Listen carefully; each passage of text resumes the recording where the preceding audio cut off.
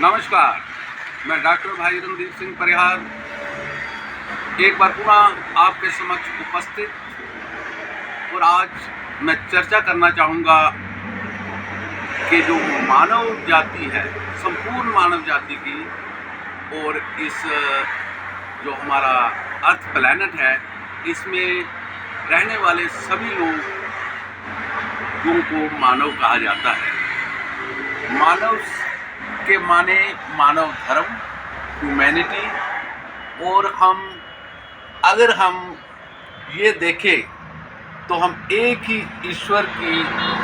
सब लोग संतानें हैं, जो ईश्वर को मानते हैं, ईश्वर को नहीं भी मानते। हम सभी आपस में हमारा जो एक रिश्ता है वो ब्रदर्स एंड सिस्टर्स का है, और यही मानव जाति विभिन्न स्थानों में रहते हुए कई भाषाओं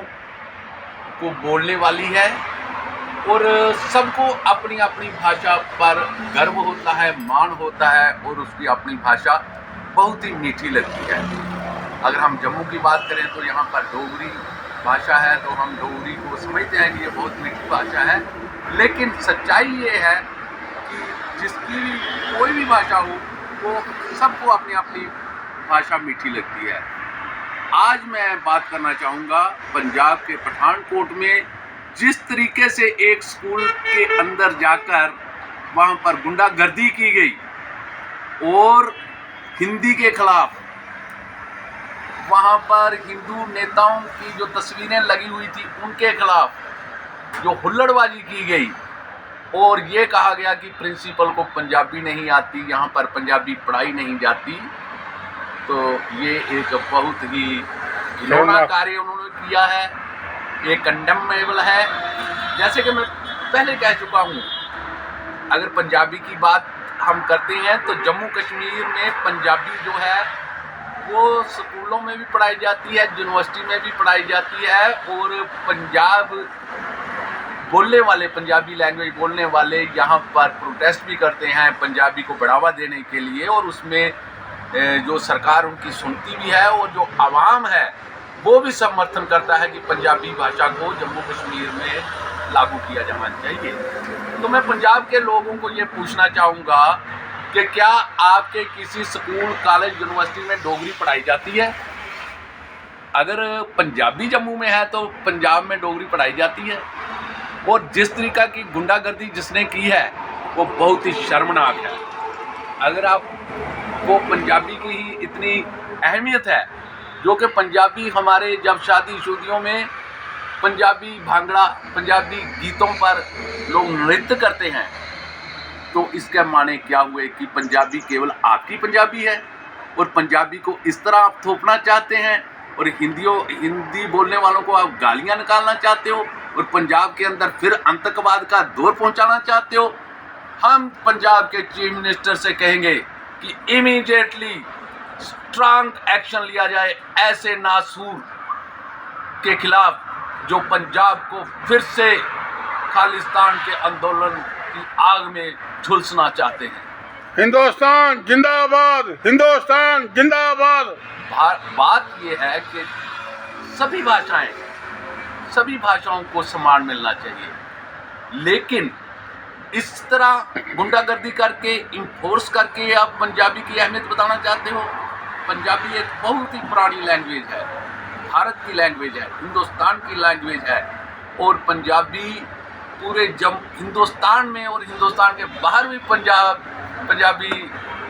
गीतों में, पंजाबी सिनेमा में, पंजाबी नाटकों में, और पंजाब का कोई भी व्यक्ति जब आता है तो उसको देख के लोग खुशी जाहिर करते हैं। लेकिन जो आप नफ़रत फैला रहे हो, जो आप नफ़रत के बीज फैला रहे हो, ये हमें कतई मंजूर नहीं है। तो जैसे मैंने पहले कह रहा हूँ, किसी भी क्षेत्र में भाषा के खिलाफ और एक सड़े हुए दिमाग से जब आप भारत को तोड़ना चाहते हो तो वो भारत टूटेगा नहीं, भारत मजबूत होगा, और भारत में जितनी बोली जाने वाली भाषाएं हैं उन सब के सम्मान के लिए भारतीय जनता पार्टी सदैव आगे रही है, आगे रहेगी। और जम्मू कश्मीर के अंदर हमारी जो भाषाएं हैं, जिसमें पंजाबी को भी अहमियत दी गई है, तो हम ये चाहते हैं कि जो हमारी लोकल भाषाएं हैं उनको भी अहमियत मिले, आप अहमियत की बात करो, आप उनकी प्रोग्रेस की बात होनी चाहिए। जो भाषाएं